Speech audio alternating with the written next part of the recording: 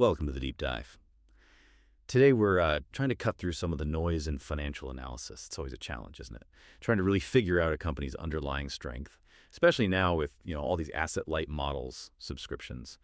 Traditional metrics, they often just don't give you the full picture. So our mission today is to dig into a really powerful analytical framework, one that promises more clarity. It's about spotting real business model strength versus just, say, operational efficiency. Finding those potential hidden gems and maybe avoiding some value traps that look good on the surface. And our guide here is a great article by Mr. Schmidt from Eighth Wonder Capital. It's called Beyond Working Capital, Spotting Business Model Strength in the Numbers. We're going to unpack his core idea, the Modified Cash Conversion Cycle, or CCC. Okay, so let's unpack that core idea first. It's probably best to start with the basics. The traditional cash conversion cycle, the CCC, many of you listening will know this one. It's basically measuring the cash cycle for a company's products or services. How quickly does inventory, labor, all that stuff turn into actual cash from a sale? It's really about operational speed, right? Efficiency. Right, exactly. Operational efficiency, how quickly things move through the system. But this modified cash conversion cycle, the CCC, that takes a pretty big conceptual leap. This metric, it tries to measure the cash cycle of the entire business operation, not just the product flow. What's really interesting is how it pulls in the economic reality of the company's relationships, with its customers and suppliers. It's much broader. Okay, so broader. What are the key things it adds then? What makes it different? Well, there are three crucial additions that paint that fuller picture: deferred revenue, prepaid expenses, and accrued expenses. Each tells a different story. Deferred revenue. That sounds important, especially for subscriptions. Hugely important. Mr. Schmidt calls it a kind of customer-funded float. Think of it like an interest-free loan from your customers. When you pay for that annual software subscription upfront, or Amazon Prime for the year. Right, you pay before you get the full service. Exactly. You're giving them cash upfront. And that signals trust, maybe pricing power, or just a really sticky product people need. Customers are basically funding the company's operations interest-free. That's a massive advantage. Okay, so that's a positive signal. What about prepaid expenses?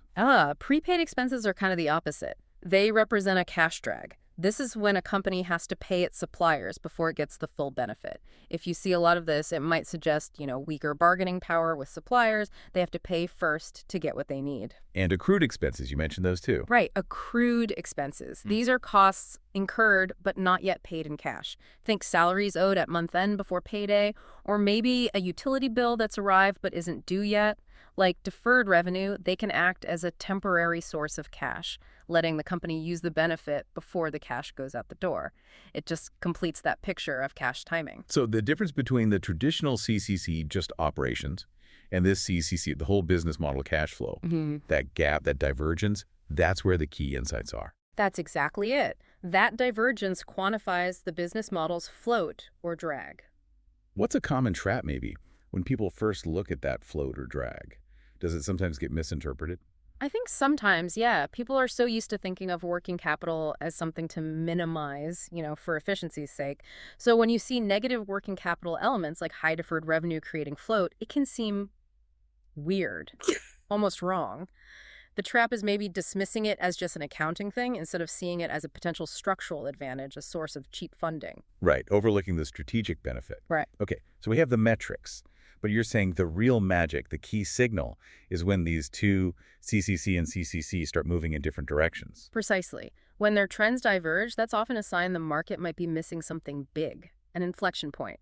Something fundamental might be shifting, for better or worse, that isn't obvious just from looking at, say, inventory turns. And the article lays out scenarios for this divergence, like the hidden gem. Yeah, the hidden gem. That's where the traditional CCC, the operational one, might actually be getting worse. Maybe some issues with inventory or receivables. But at the same time, the CCC is improving. That signals a powerful business model, maybe strong customer funding, that's actually financing its own growth or smoothing over those operational bumps. The market might just see the operational hiccup and miss the underlying strength. And the flip side, the hidden problem. That's the dangerous one. You might see operational improvements. The traditional CCC looks better, looks like management's doing a great job, but underneath, the CCC is getting worse. That signals the actual business model might be eroding. Maybe their pricing power is weakening or customers aren't prepaying as much. Those operational gains could just be masking a deeper issue. Like you said, fresh paint on a shaky structure. And it's not just those two scenarios, right? The framework covers more ground. Oh yeah, absolutely. It maps 4 scenarios based on the trends. Besides hidden gem and hidden problem, there's when both are improving, he calls that a compounder, and when both are worsening, a capital eater. It gives you a really neat structure for that initial look. And that's why this is potentially so useful for you listening. It can help spot those future compounders, the ones that fund their own growth maybe before everyone else does. Or, equally vital, help you sidestep those value traps that seem okay on the surface, but have that hidden problem brewing underneath. Yeah, it's amazing how often the market seems slow to pick up on these divergences, maybe too focused on the past quarter's operational numbers. So that divergence is powerful. Right. But you mentioned something even deeper, meaningful sign switches. Hmm. What did Mr. Schmidt highlight there? Yes. This is really critical. One of the biggest signals is when the CCC itself switches sign specifically from positive to negative. Mr. Schmidt suggests this can signal a major inflection point. He calls it reaching escape velocity. Escape velocity. What does that mean in this context? It means the business essentially stops needing external cash to fund its working capital for growth. Instead, growth generates cash. Think about that. The faster it grows, the more cash it throws off from its working capital cycle. It's a profoundly positive shift. And often, that kind of fundamental improvement precedes the market waking up and re-rating the stock. Wow, okay. A business getting richer because it's growing. Exactly. And a deeply negative CCC can often be a sign of a strong competitive advantage, a moat. Something lets the company leverage its customers or suppliers for funding. But, and this is crucial, you have to dig into why. Is it a strong brand? High switching costs? Yeah. Network effects? Just seeing a negative number isn't enough. You need to understand if that float is sustainable. Makes sense. And the other way, if CCC goes from negative back to positive, Well, that could be a serious red flag. It suggests that float, that beneficial funding from customers or suppliers, is drying up. The company now consumes cash to grow its working capital. It might indicate its competitive edge is eroding. Now, needing capital to grow isn't necessarily bad, but losing that self-funding aspect of the business model is definitely a warning sign to investigate further. so pulling this together, this divergence, these sign switches, especially when compared to earnings, they can really give you an analytical edge, help spot misunderstood companies. Absolutely, because at the end of the day, cash flow matters. The market eventually catches on. Seeing a big difference between CCC and CCC or seeing those trends diverge, it basically screams, dig deeper here. That's where you can form a view that might differ from the consensus. And the article gives practical steps too, right? Not just theory, an advanced screening methodology. Yes, it lays out a clear process. First, screen for companies showing that CCC divergence. Second, really qualify the drivers, figure out why they're diverging. Is it real strength or just accounting quirks? Third, assess the competitive landscape. Does this make sense given their industry position? And finally, try to validate with management commentary, maybe from earnings calls or investor days. See if the story matches the numbers. It's quite thorough. Okay, but like any metric, it's not foolproof. There must be pitfalls. What are the main words of caution? Definitely. No silver bullets here. First big one, the quality of the float. Is that rising deferred revenue from happy, sticky customers signing long-term deals? Or is it from, say, aggressive discounting just to pull sales forward, which might mean high churn later? Need to check that. Right, sustainability matters. What else? Unsustainable practices. A company might look like its CCC is improving because it's aggressively stretching out payments to its suppliers. That's not a strong business model. That's often a sign of financial distress. They just can't pay their bills on time. Okay, distress masquerading as strength. Tricky. And then there are potential accounting games. Always check the cash flow statement.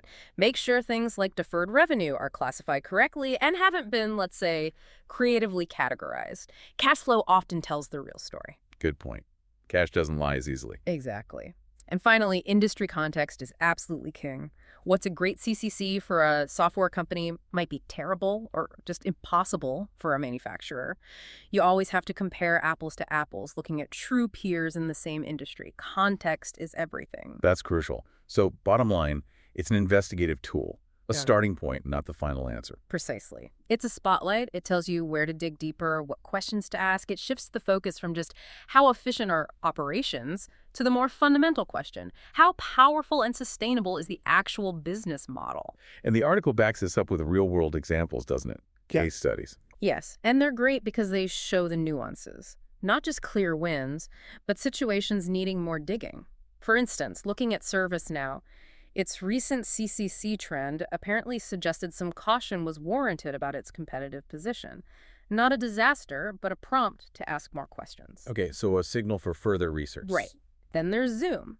Despite its stock price falling significantly, the CCC analysis apparently showed its underlying business model trajectory remained pretty healthy, stable, or even improving, which suggests, maybe the business itself was doing better than the stock price indicated. Potential value if the price was right.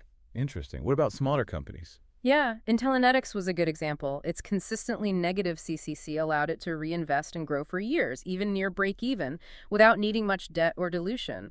That float from customers was basically funding its expansion, a classic example of that escape velocity concept in action for a smaller player. Powerful stuff. Any examples where the signal was maybe misleading at first glance? Yes, Acorn Energy was highlighted. Its CCC started to deteriorate, which initially looked like a red flag business model erosion. But digging deeper revealed it was actually due to a change in product specs leading to faster revenue recognition as old contracts rolled off, not a fundamental problem. It remained negative overall. It really underlines why you must qualify the divergence. Understand the why behind the numbers. Don't just react to the trend line. That's a fantastic point.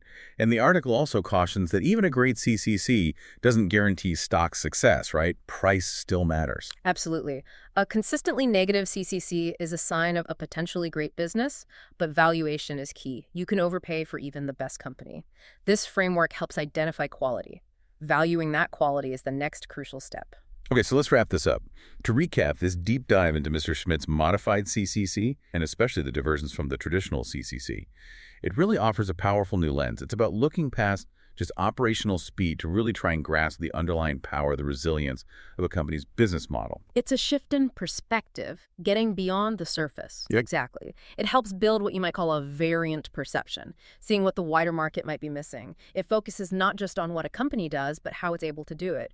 And crucially, who is funding its working capital needs? Is it the company itself or its customers and suppliers via that flute?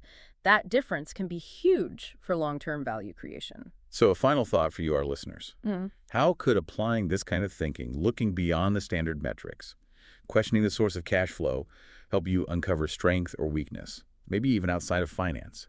What other traditional ways of measuring things might be hiding important realities in today's world? It really makes you think, doesn't it? What else are we missing by just looking at the standard gauges?